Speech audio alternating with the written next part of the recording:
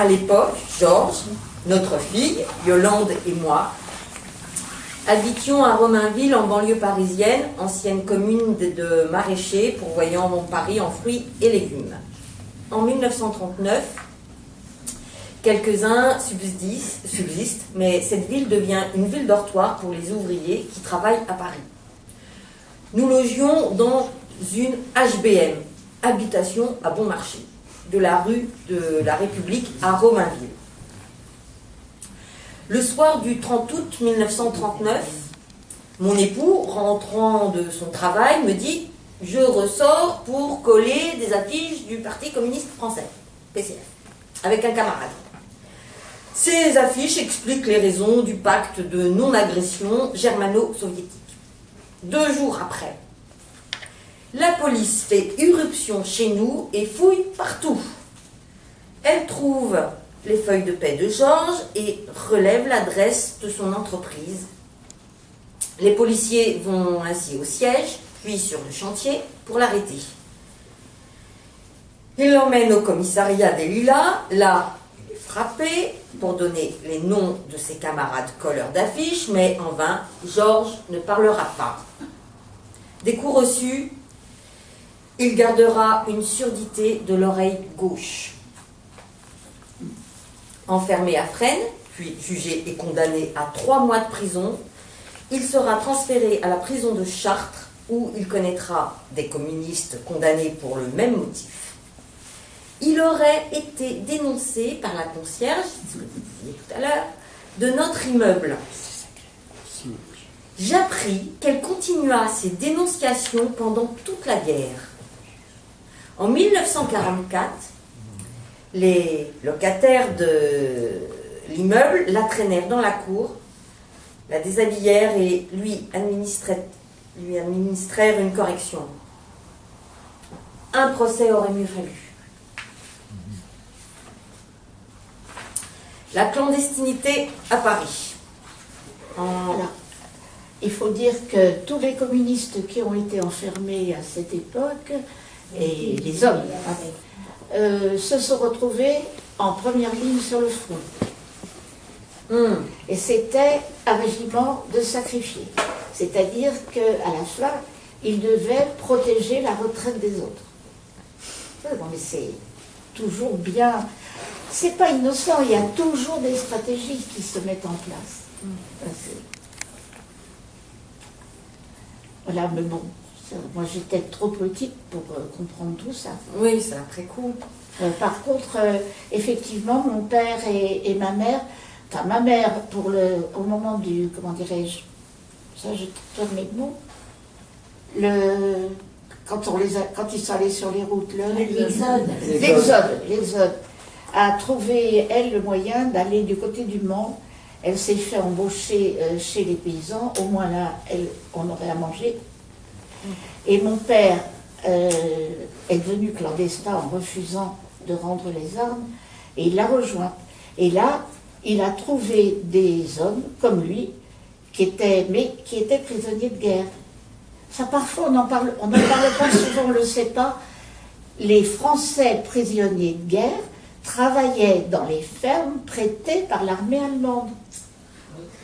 Ah oui, parce que les Allemands, il fallait bien qu'ils mangent aussi. Donc, ils travaillaient au profit des Allemands dans les fermes, et les fermiers étaient bien contents puisqu'ils n'avaient plus d'hommes. Voilà. Et c'était le début donc de leur clandestinité à tous les deux. Et à un moment, elle le dit, ils ont décidé de rentrer à Paris parce qu'il fallait être utile. Donc, en octobre 1940, Georges se rend à la Bourse du Travail de Paris, rue du Château d'Eau, au syndicat CGT, des travaux publics et du bâtiment, pour trouver un emploi.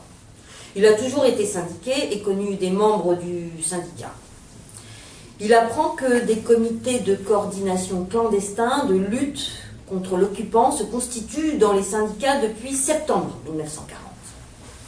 Dans le bâtiment, la métallurgie, les industries chimiques, à la TCRP, Transport en commun de la région parisienne de Paris et de Paris. Chez les cheminots, à Lyon-Perrache par exemple, ils ont fait évader des prisonniers de guerre et des juifs les ont mis à Lyon-Perrache, par exemple, ils ont fait évader des prisonniers de guerre et des juifs et les ont mis en sécurité. Les premiers pas de la résistance furent ceux des syndicats, l'analogie avec Charles Palan. Bien que la mobilisation et l'exode aient désorganisé un certain nombre d'entre eux, beaucoup avaient eu à subir la répression du gouvernement français avant l'occupation allemande. Ceux qui étaient là, eux, firent preuve d'une combativité exceptionnelle. Cette réorganisation des syndicats devait convaincre les militants et les travailleurs de rentrer dans les syndicats légaux sous l'occupation pour en faire des organisations de lutte contre l'occupant. Cela ne fut pas tâche facile. Georges serait envoyé en mission avec une équipe pour exécuter des sabotages sur les chantiers allemands. Ils devront sectionner par place les câbles téléphoniques, puis les recouvrir de béton. Ils devront aussi repérer les caches de munitions ou d'essence, les communiquer à la résistance qui les dynamitera ou les fera bombarder par les Alliés. Georges, de 1940 à 1944, continuera ses actions de résistance avec les deux Marcel, son frère et le mien. Ils iront sur les chantiers d'Issy-les-Moulineaux, de Maisons-Laffitte, en Bretagne et dans le Cantal près de Saint-Flour, puis à Mériel au nord de Paris. Ils seront embauchés sur un chantier, à côté duquel se construit le bunker du quartier général allemand, à 48 mètres de profondeur, devenu aujourd'hui celui où le président de la République française peut appuyer sur un bouton déclenchant l'arme atomique. Je ne sais pas après si tu vas le lire, mais à propos de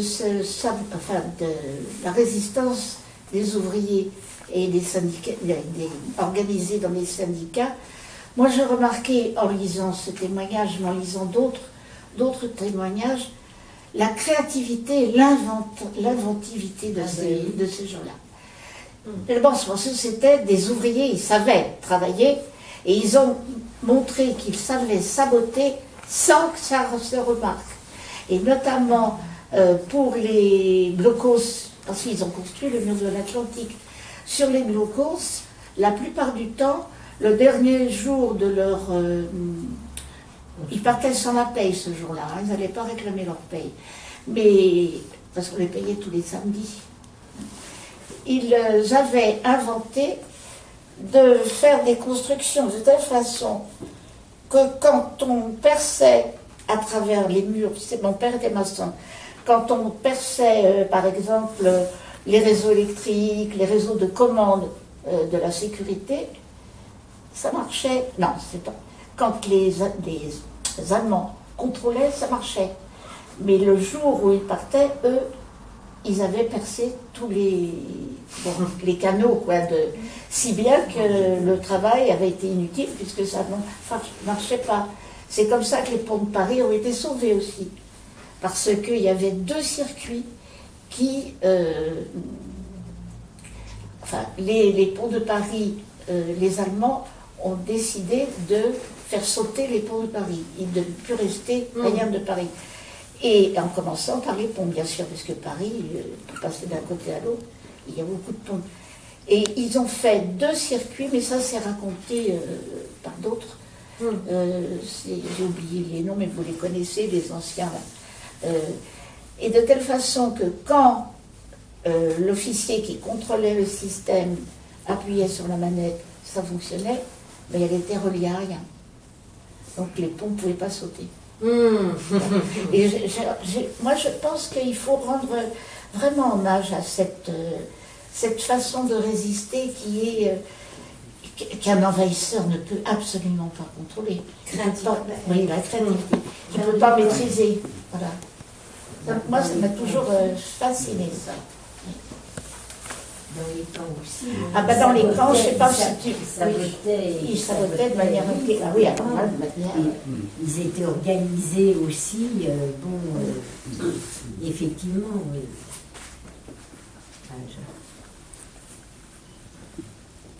Vous tenez le coup, je continue la lecture. Vous n'avez pas trop faim, pas tout ça, ça va? Alors, mon entrée dans la résistance s'est faite en novembre 1940, au moment où mon mari devait faire des actions à Paris avec ses groupes, en plus de celles qu'il exécutait sur les chantiers. Puisqu'il travaillait dans la journée, je devais le remplacer auprès de son responsable pour recueillir les directives que je lui transmettais. Pour ces rendez-vous, je partais avec ma fillette et mon cabas, comme si j'allais faire des commissions. Par la suite, j'ai eu la responsabilité de 2 groupes.